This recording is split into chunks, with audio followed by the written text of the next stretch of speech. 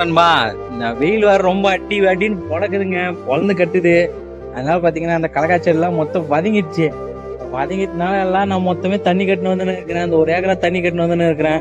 நம்மளது pump set தண்ணி இல்லைங்க, போர் தண்ணி தான். அதனால கொஞ்சம் பாயத்துக்கு சுலோ தான். அடிக்கிற வெயிலுக்கு எதுக்கும் ஒன்றும் முடியல. இப்படிதான் தலையை நினைச்சுக்கின்னு அப்படியே இந்த பக்கம் வந்துட்டேன். ரொம்ப கஷ்டமா இருக்குது. ஏன்னா வந்து பாத்தீங்கன்னா இந்த பம்ப் செட் தண்ணிலாம் கூட பாத்தீங்கன்னா நிறைய தண்ணி கொஞ்ச நேரத்துல பாய வச்சுட்டு இது பண்ணிக்கலாம். போர் தண்ணினால ரொம்ப கஷ்டமா இருக்குது. கம்மியா வருது தண்ணி கொஞ்சம் அப்படி இப்படின்னு சொல்லிட்டு இந்த ஊறி பார்த்து டைம் ஆகுது. கிட்டத்தட்ட பாத்தீங்கன்னா நான் 4:30 மணிலேருந்து கட்டுனுக்கிறேன். வெடிகாலம் 4:30 மணிலேருந்து கட்டுனுக்கிறேன். இன்னும் இந்த ஒரு கொல்லி கட்டி ஆகல. அந்த அளவுக்கு நம்ம தண்ணி வந்து இந்த பக்கம் கொஞ்சம் தண்ணி கம்மியாக தான் வருது. அதே கிணறு இருந்ததுனாக்கா மடமான நம்ம இந்த கிணத்து தண்ணியை விட்டுட்டு சரக்கு பாய வச்சுட்டு வேற வேலை என்ன கூட பார்க்கலாம். இதெல்லாம் நான் கட்டி முடியறதுக்கு பாத்தீங்கன்னா போர் தண்ணி கம்மியா வரதுனால பாத்தீங்கன்னா கிட்டத்தட்ட நம்மளுக்கு ஒரு நாள் ஃபுல்லா ஆயிடுதுங்க.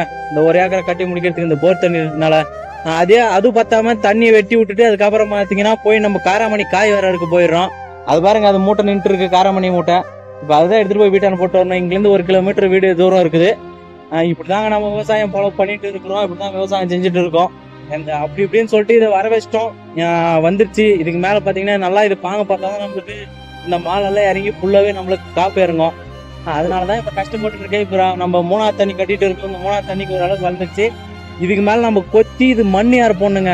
இதுங்கெல்லாம் மண் யார் போட்டாதான் நல்லா நம்மளுக்கு வந்து மாலை இறங்க. அந்த மாலை இறங்கினாதான் நிறைய காய் வைக்கும்.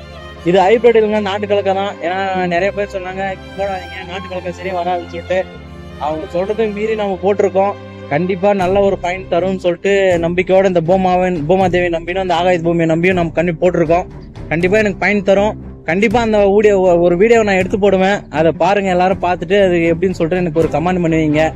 இந்த விவசாயம் செய்து பிடிச்சிச்சுன்னா ஒரு சின்ன ஒரு சப்போர்ட் மட்டும் பண்ணுங்க நண்பா. அது மட்டும் போதும்.